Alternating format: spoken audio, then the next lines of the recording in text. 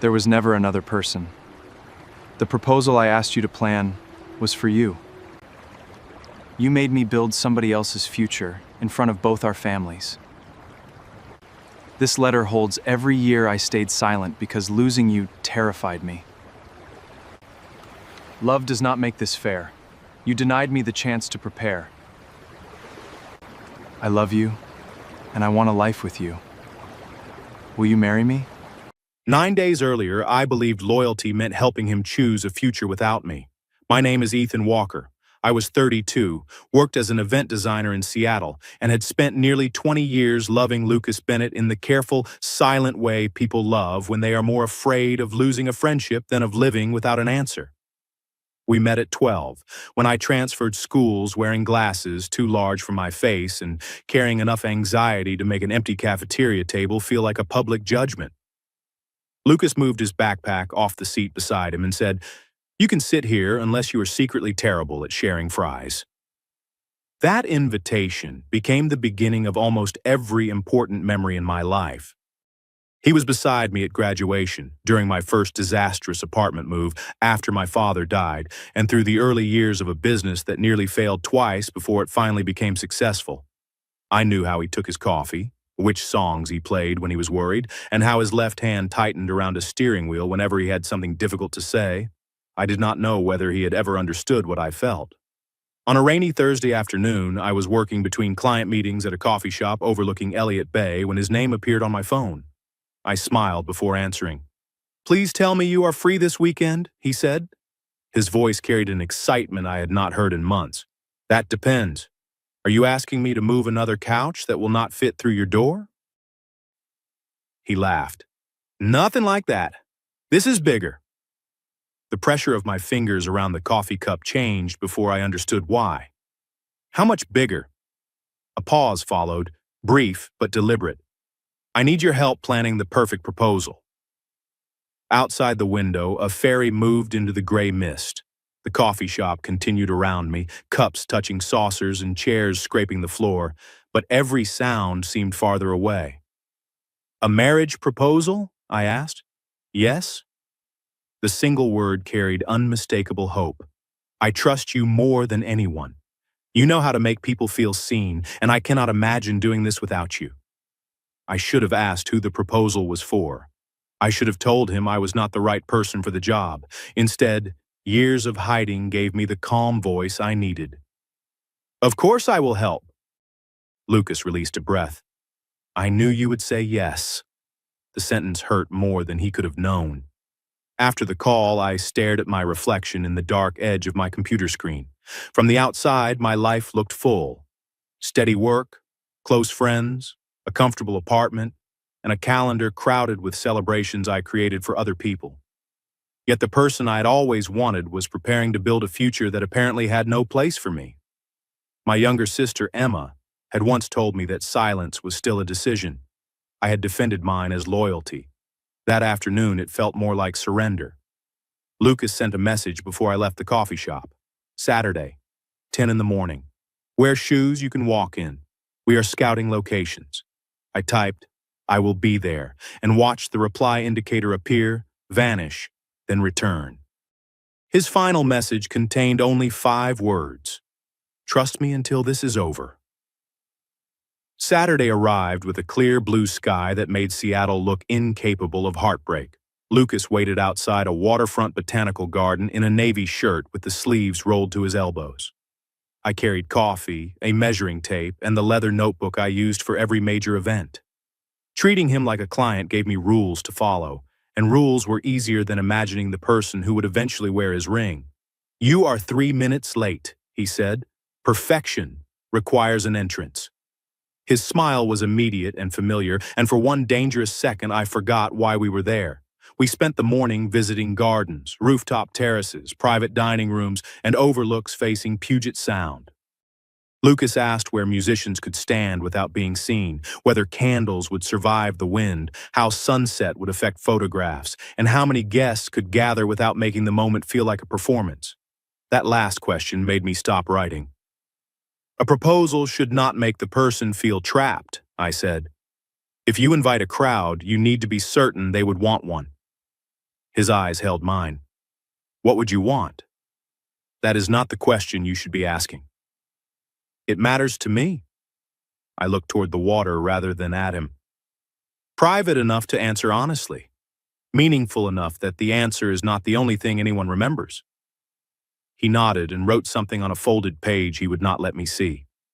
Around noon, we stopped at a seafood restaurant beside the marina. Lucas barely opened his menu before asking another question. What makes someone unforgettable? Someone or a proposal? Both, maybe. I tried to laugh, but he looked too serious. People remember how they felt more than what they saw. Flowers fade, weather changes, a ring can be lost. Feeling completely chosen stays with you. His gaze remained on me long enough to make the air between us feel different. Then our server returned, and Lucas asked about the soup as though nothing had happened. The afternoon took us to a quiet bluff where cedar trees bordered a grassy overlook above the sound. The view was open without feeling exposed, and a curving trail offered a natural entrance. I could already see the event taking shape, warm lights among the trees, white flowers low enough not to compete with the water, and acoustic music soft enough to leave room for real voices. "This is the place," Lucas said. He was not looking at the view. I pretended not to notice. I measured the path and marked possible chair positions. "Whoever you are proposing to will understand how much effort you made. You are making most of the effort. That is why people hire me. I did not hire you." His answer was too quick. I lowered my notebook. "Then we need to discuss a budget and a contract before I reserve anything. I can help as your friend, but vendors still need deposits, and this is becoming a professional event." A flash of discomfort crossed his face. "You are right. Send me the estimate tonight. I will pay every invoice." The answer was responsible, but the fact that I had needed to say it unsettled me. Near sunset, we returned to the parking area. Lucas reached into his jacket and gave me a small black velvet box. My body reacted before my mind could catch up. "It is empty," he said. Inside was a folded note in his handwriting. "Not this one either." "What does that mean?" He closed the box gently. "It means I am trying to get one thing right after getting it wrong for a long time." I asked who the proposal was for. He looked toward the bluff, then back at me. "If I tell you now, you will plan for what you think that person wants. I need you to build the moment you believe is honest. That is not how event planning works." "I know." His smile disappeared. "I am asking as your best friend, not as a client." I should have refused. Instead, I told myself I could survive 9 more days of uncertainty. Before driving away, Lucas lowered his window. "Next Saturday changes everything," he said. "If you want to stop at any point, tell me. I mean that." It was the first clear choice he had offered me, and somehow it made the mystery feel more dangerous. During the next week, my days divided into 2 lives. In one, I was an experienced designer comparing floral bids, confirming permits, and checking the weather forecast. In the other, I was a man reading meaning into every message from his best friend and then scolding himself for doing it. Lucas paid the first vendor deposits within an hour of receiving them. He approved the musicians, lighting, chairs, and a weather backup without arguing over cost, but he rejected every suggestion that focused on spectacle. "No fireworks," he said, "no giant letters. Nothing that turns the person into an audience member at their own moment." His choices sounded almost exactly like the answer I had given at the garden. I told myself he was simply listening to professional advice. He also found reasons to remain after every planning meeting. On Monday, we ate dinner near my office. On Tuesday, he walked with me along Alki Beach while I tested possible songs through a portable speaker. On Wednesday, he invited me to his house to sort through photographs that might be displayed at the overlook. I almost declined, but curiosity defeated self-preservation. We sat on his living room floor, surrounded by 2 decades of evidence that our lives had rarely moved in separate directions.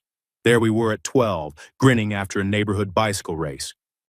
At 18, we stood in graduation gowns, Lucas's arm around my shoulders.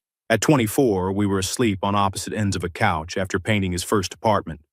A photograph from my father's memorial showed Lucas behind me with one hand resting between my shoulders. "I do not remember this being taken," I said. "Neither do I." He studied it for a long time. I remember promising your father I would never let you face anything alone. I looked up. He asked you to promise that? The week before he died. Lucas placed the photograph in a separate pile.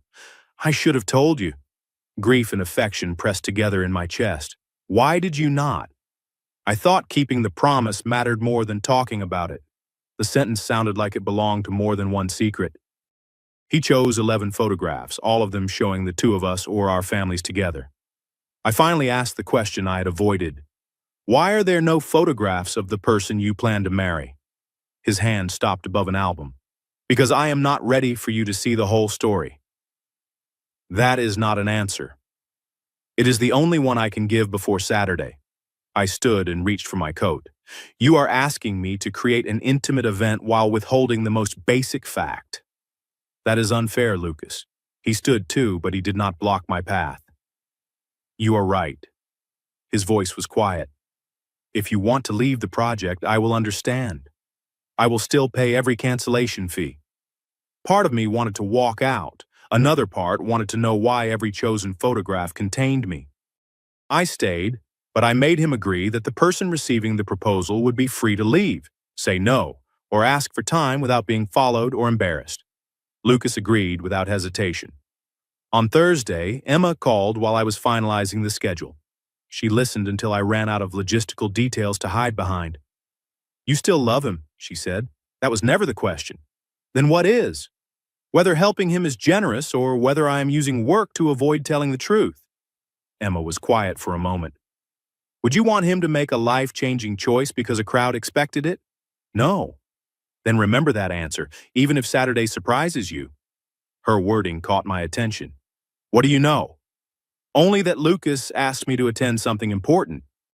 He did not tell me what he plans to ask or who will answer. For once, I believed her. On Friday afternoon, Lucas sent the final instructions. Arrive 1 hour before sunset.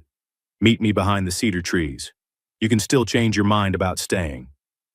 I read the message several times. I had built escape routes into the event for a stranger. Until that moment, I had not considered that I might need one too. Saturday came with bright autumn sunlight and a cold breeze moving inland from Puget Sound. By noon, every reservation was confirmed. The florist arranged white roses and greenery along the path. The musicians completed their sound check. Warm string lights waited among the cedar branches, and rows of chairs faced the water with enough space around them that no one would feel crowded. I had also reserved a small private room at a restaurant nearby in case weather or emotion made the overlook unusable. Professional preparation had always calmed me. That afternoon, it only gave my hands something to do. I arrived 1 hour before sunset, as promised, and walked the entire site twice. Lucas appeared at 5:15, wearing a charcoal jacket and an expression I could not name. He looked at the flowers, the lights, and the open horizon before turning to me. It is more beautiful than I imagined. The weather helped? Do not do that. Do what? Make your work smaller so nobody has to tell you how extraordinary it is. I tightened a ribbon that did not need adjusting. This is not the moment to discuss me. That is exactly what I'm afraid of. Before I could ask what he meant, the first guests began arriving. I recognized nearly everyone. Lucas's parents walked in with his sister Claire and her husband. Friends from college followed. 2 former neighbors greeted my mother near the entrance. Emma arrived in a navy dress and kissed my cheek, but her smile disappeared when she saw my confusion. Did you know both families would be here? I asked. I knew he invited them to hear him tell the truth. He said nothing about a proposal. He asked me to plan a proposal. Emma's eyes widened just enough to show that this information was new. Then you need to decide what you are willing to be part of. You do not owe anyone an answer because we are here. Her words steadied me more than reassurance would have. Lucas approached before I could ask anything else. He looked from Emma to me and seemed to understand what had passed between us. Can we talk? He asked. We walked behind the cedar trees beyond the guest's view. Lucas removed a sealed envelope from his jacket. My name was written across the front. I need you to hold this, he said. Do not open it until I ask. The envelope was thicker than a single sheet of paper. Who is coming down that path? I asked. No one. The answer turned every uncertain thought into alarm. Then what have I planned? His left hand closed around the edge of his jacket, a chance for me to stop lying by omission. In front of our families? I thought they should hear the truth from me. Did you think the person involved should hear it first? Lucas looked away, and that was answer enough. I handed the envelope back. I will not participate in humiliating someone for a dramatic reveal. He did not take it. The person will not be coming down that path. Then where are they? Ethan. The way he said my name made my pulse stumble.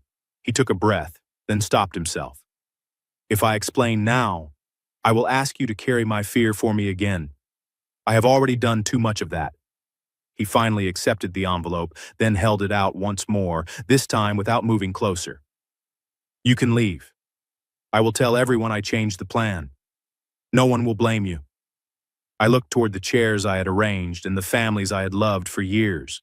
I also remembered the photographs, the empty box, and Emma's warning. I will stay until I understand what this is, I said. That is not permission for anything beyond that. Lucas nodded. Understood. He placed the envelope in my hand. We returned to the lawn separately. The guests took their seats as the sun lowered toward the water. Emma moved a chair at the edge of the back row and left the path beside it open. The gesture was small, but its message was clear. I could still walk away. I stood beside that path while the first notes of an acoustic guitar crossed the overlook, and Lucas stepped onto the platform to tell a truth he should have told me in private. Lucas waited until the music softened before facing the guests. His shoulders were straight, but his left hand trembled once at his side. Only someone who had known him since childhood would have noticed. Thank you for coming, he began. Some of you believe you are here to celebrate a decision. You are actually here because I have delayed one for too long. A few guests exchanged uncertain looks. His mother did not smile. Emma remained beside the open path, watching me rather than him. Lucas continued. For years, I told myself that silence protected the most important relationship in my life. I called it patience. I called it loyalty. The honest name was fear. The speech sounded familiar because parts of it came from conversations we had shared while planning. I looked toward the curved trail, still expecting a late arrival despite what he had told me. No one appeared. I also need to admit that the way I arranged tonight was not fair, he said. I asked somebody I loved to build this event without giving him the truth he needed to consent to it. I convinced myself that a perfect setting could make up for a conversation I was too frightened to begin. It cannot. A stillness settled over the chairs. Claire turned toward me. Lucas's father lowered his eyes. Whatever they had expected, this was not a rehearsed family triumph. The person at the center of this owes me nothing, Lucas said. Not forgiveness, not an answer, not even another minute here. He stepped away from the decorated arch. Every plan on my schedule said he should remain there while the person he loved entered along the flowered path. Instead, he descended the 2 wooden steps and crossed the grass toward me. The distance was not large, but each foot seemed to carry him out of one version of our lives and into another. I glanced behind me even though I knew the path was empty. Lucas stopped several feet away, leaving enough room for me to move. Ethan, he said, and the reaction moving through the guests confirmed what my mind still resisted. Please open the envelope if you choose to. If you do not, I will understand. He held out his hand but did not touch me. The envelope remained inside my jacket. I could have left it there. I could have walked through the gap Emma had protected. Instead, I removed it because uncertainty had already taken too many years from both of us. My fingers slipped beneath the seal. Inside were several pages and a small photograph of us at 12, sitting at the cafeteria table where our friendship began. On the back, Lucas had written that his life became easier the first day I entered it. The first page began with an apology rather than a request. He admitted that he had confused fear with protection and that asking me to design the evening without telling me the truth had been selfish. He did not ask me to forgive him. The next pages carried memories that did not exist in our photo albums. He remembered the hospital chair where he slept after my father died, the night we assembled my first apartment table backward, and the ordinary Tuesday when I drove across the city because he sounded lonely on the phone. Each detail felt like evidence of a private history that had been running beside mine. I read more slowly.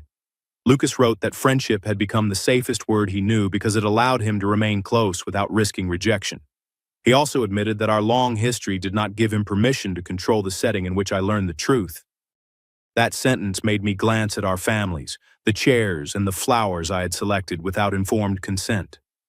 The final page said that if the evening gave him nothing except the chance to stop hiding and accept whatever followed, it would still be the first honest beginning he had offered me. When I lowered the letter, Lucas was watching without moving closer. Hope remained in his face, but it no longer looked simple. I folded the pages once. His hand moved toward the inside of his jacket, and every person at the overlook seemed to hold the same breath. "Stand up, Lucas," I said as the open ring box trembled between us. "I love you, but I cannot marry you tonight." The applause stopped. Pain crossed his face, followed almost immediately by recognition. He closed the box and stood. "You are right," he said. Then he turned toward the guests. "Ethan has not rejected me. He has refused a question I had no right to ask this way. Please give us space, and please do not ask him for an explanation." No one argued. His mother rose first and guided several relatives toward the parking area. Claire asked the musicians to stop. Emma came close enough for me to see her, but waited until I nodded before approaching. "Do you want me to take you home?" she asked. "Not yet." I looked at Lucas. "We need to talk without an audience." He led me behind the cedar trees, but remained several feet away. The last guests left quietly, carrying the untouched food and flowers with them. Sunset faded into deep blue over the sound. "I need to say this before you explain anything," I told him. "I have loved you for years. That does not make tonight acceptable. You used my feelings before you knew they existed. You asked me to create the stage for a decision and denied me the information I needed to protect myself." Lucas did not defend himself. "Yes. You invited our families. You bought a ring. You skipped every conversation between friendship and marriage. Yes?" His eyes remained on mine. "I thought the years we already shared meant we had completed those steps. I understand now that friendship does not equal romantic consent, and history does not give me permission to decide your future." The precision of his answer did not erase the hurt, but it showed he had listened. "Did Emma know?" "She knew I planned to tell you I loved you. She told me not to propose and not to make the confession public. I said I only wanted our families nearby afterward. I changed the plan without telling her." My jaw tightened. "So even the person you asked for advice told you this was wrong?" "Yes." He pressed the ring box into his palm. "I was terrified that if I gave you time, you would choose safety and never tell me how you felt. I tried to defeat your fear with pressure. That was selfish." For the first time that evening, the answer sounded completely honest. "What happens to the invoices?" I asked. "I pay all of them, including your full professional fee. You will not absorb the cost of my decision." "And the photographs? The letter? The ring?" "The photographs are yours if you want them. The letter is yours to read or destroy. The ring goes away. I will not ask again unless we build a relationship and you tell me you are open to the question." He took a breath. "If you want no contact, I will respect that too." I had imagined loving Lucas would make any yes simple. Instead, loving him made honesty more necessary. "I do not know what I want yet." "Then that is the answer." He moved toward the trail, leaving the path clear for me. "I will have a car take me home. You can leave with Emma. I will not call until you contact me." Before he walked away, I stopped him with one question. "Was any part of the proposal real?" Lucas turned. "Every feeling was real. The way I tried to secure the answer was wrong." He left without asking me to comfort him. Emma drove me home through quiet Seattle streets. The letter rested unopened beyond the first pages in my lap, and no ring rested on my hand. For the first time in nearly 20 years, Lucas and I knew the truth. We also knew that truth alone was not enough. Lucas kept his promise. He did not call that night or the next morning. On Monday, his accountant paid every outstanding vendor invoice, my full planning fee, and the additional labor required to dismantle the event. A brief message arrived with the payment confirmation. No reply needed. I am sorry.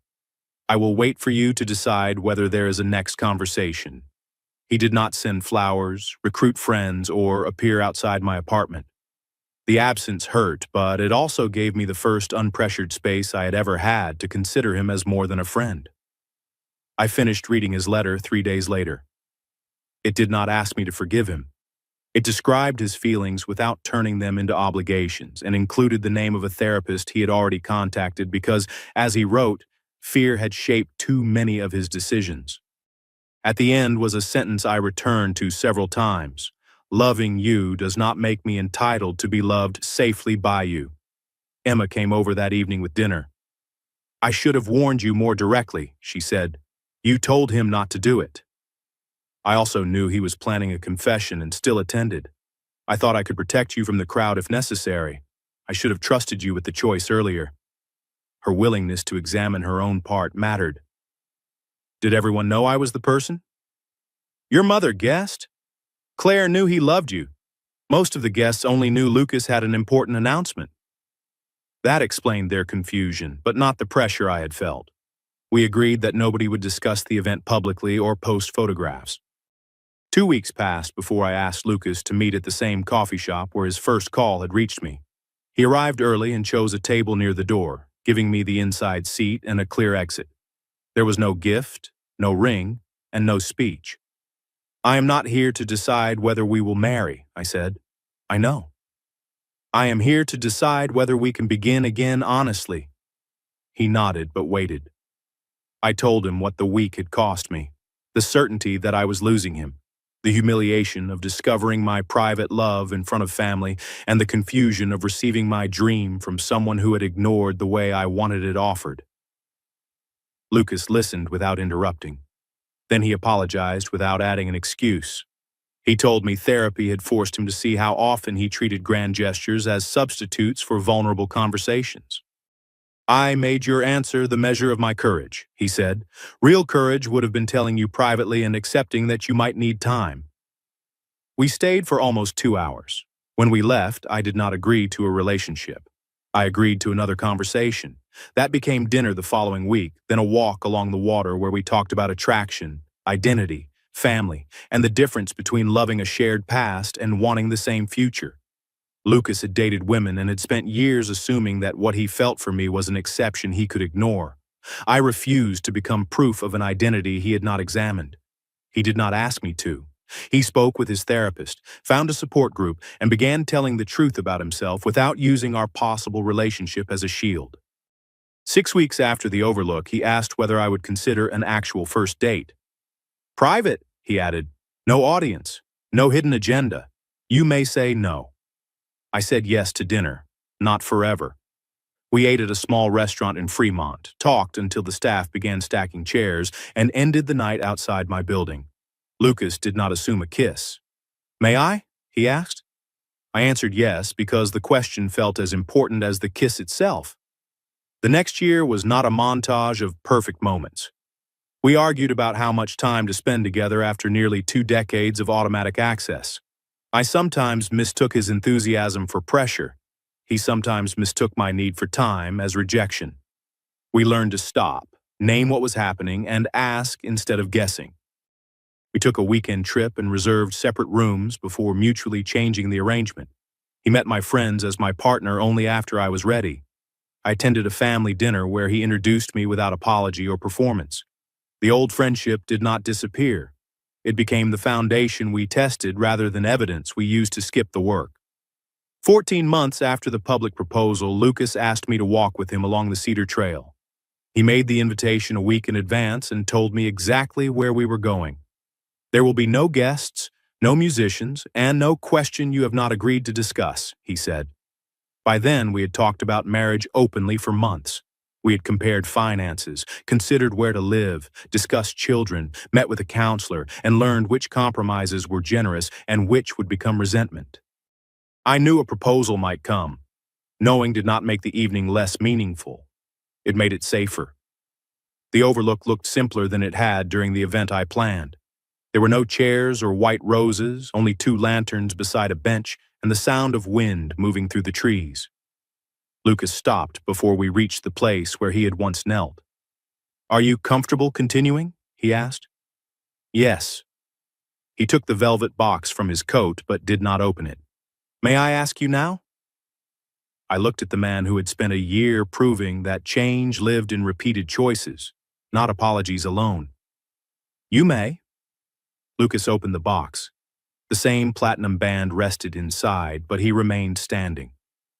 "Ethan, our history is part of why I love you, but it is not the reason you owe me a future. You do not owe me one.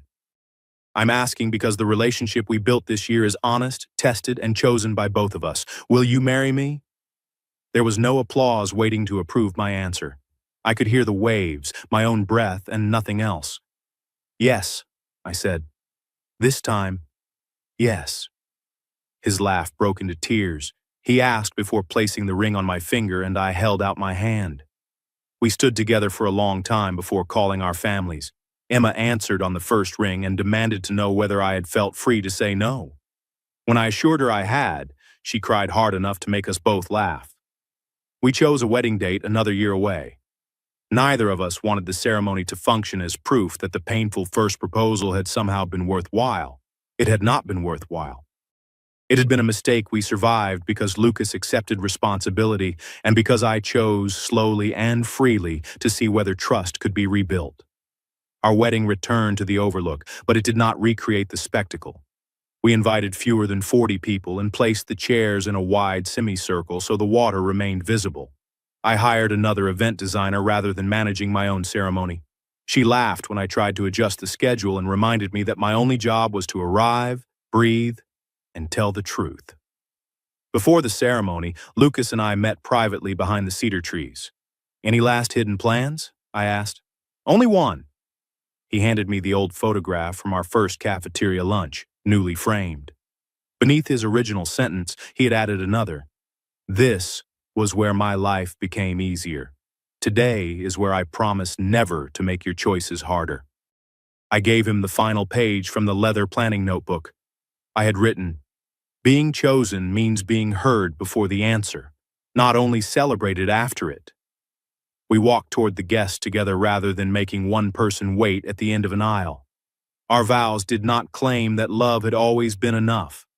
Lucas promised to ask instead of assume, to repair rather than perform, and to protect honesty even when it threatened the outcome he wanted. I promised not to disguise fear as selflessness, to speak before resentment became silence, and to choose our relationship without abandoning my own voice. When the officiant asked whether we entered the marriage freely, we answered separately and clearly. Only then did we exchange rings. Ito. At the reception, the string lights came on as the sun disappeared over Puget Sound, but they no longer belonged to a surprise I had unknowingly designed for myself. They illuminated a commitment Lucas and I had built in full view of each other. Our families shared dinner at long wooden tables. Claire gave a toast about the difference between knowing two people belong in each other's lives and assuming what form that bond should take. Emma followed with a shorter warning that any future grand gesture required written consent, which made everyone laugh, including Lucas. My mother displayed two photographs near the guest book. In the first, two 12-year-old boys shared fries in a school cafeteria. In the second, two 34-year-old men walked side by side toward their wedding guests. The distance between those photographs contained almost 22 years, but the most important part had happened during the final two, the years when we stopped treating history as destiny and began choosing what came next. Marriage did not make us suddenly perfect. Lucas still left cabinet doors open. I still reorganized plans that did not need improvement. We disagreed over furniture, holiday travel, and whether a 10-minute delay required a message. The difference was that neither of us used silence as evidence of love anymore. On difficult days, we returned to the questions that had rebuilt us. What are you afraid to say? What do you need to answer freely? Are we listening for truth or only for reassurance? Sometimes the answers were uncomfortable. They were also ours. Months after the wedding, I found the empty velvet box from the scouting trip in a drawer. The note inside still read, "Not this one either." I asked Lucas what he had meant. He sat beside me on the floor and admitted that he had purchased 3 boxes while rehearsing the original proposal, believing the right presentation could control his fear. The empty box was supposed to be a clever clue. "Now it reminds me that the problem was never the box," he said. "It was believing I could design your answer." We kept the note but donated the extra boxes. The platinum ring remained on my hand, no longer a symbol of the night I could not say yes, but of the later evening when I could. I often thought about the sentence that had once defined my private heartbreak. Losing the person you love can feel like helping him walk towards somebody else. I had believed that was what Lucas asked of me when he called from the rain and requested the perfect proposal. The truth was more complicated. He had asked me to build a moment for us before either of us had built the honesty required to survive it. Love did not rescue that mistake. Accountability, patience, consent, and many ordinary conversations did. The proposal that changed our lives was not the one with flowers, music, and an audience. It was the quiet question beneath every day that followed. Can we choose each other without taking choice away? When we finally learned to answer that question together, forever stopped feeling like a dramatic promise and became something far more believable. It became the next honest day, followed by another. Should Ethan have walked away permanently, or was Lucas right to receive one careful second chance? Tell us why. If this story stayed with you, please like it and share it with someone who values honest love. Should Ethan have walked away permanently? Or was Lucas right to receive one careful second chance? Tell us why. If this story stayed with you, please like it and share it with someone who values honest love.